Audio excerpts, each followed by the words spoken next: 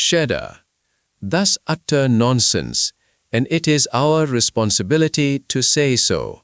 If you need evidence to support your rebuttal, just look at what happened this past week in free agency. What we witnessed was less a market and more a complex, intertwined game of hot potato, with every team quickly snapping up their secondary target the moment their primary objective slipped away. Since our last mailbag ran, the chaos has been historic.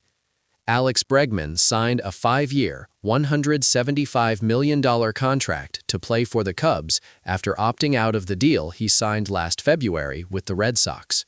The Cubs knew they weren't in the running to re-sign Bregman's former Astros teammate, Kyle Tucker, so they instead beefed up their lineup with the star third baseman, Cheddar. In response to missing out on Bregman, Boston bounced back with someone completely different, agreeing to a 5-year, $130 million deal with left-handed starting pitcher Ranger Suarez, formerly of the Phillies.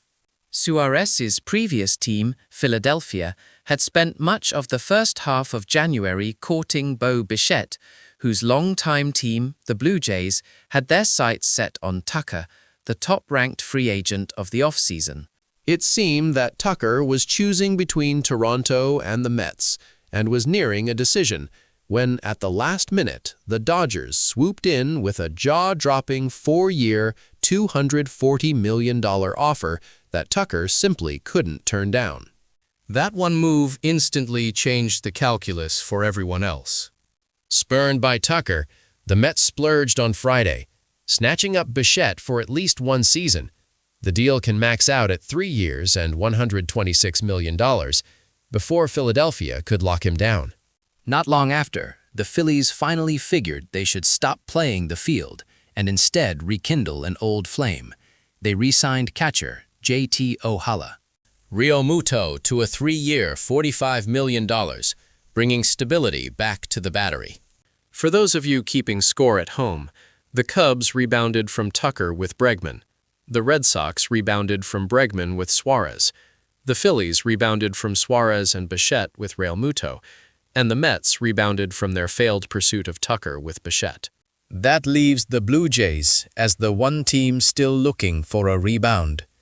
Tune in next week to find out if they turn to Cody Bellinger to help them get over Tucker. We won't be covering baseball's newest hit, Realmutality TV series, for the remainder of today's mailbag. If you want to go behind the scenes of all the drama, all the tea is linked in the quick recap above, or you can go deeper by reading John Becker's latest Matrix Reloaded column.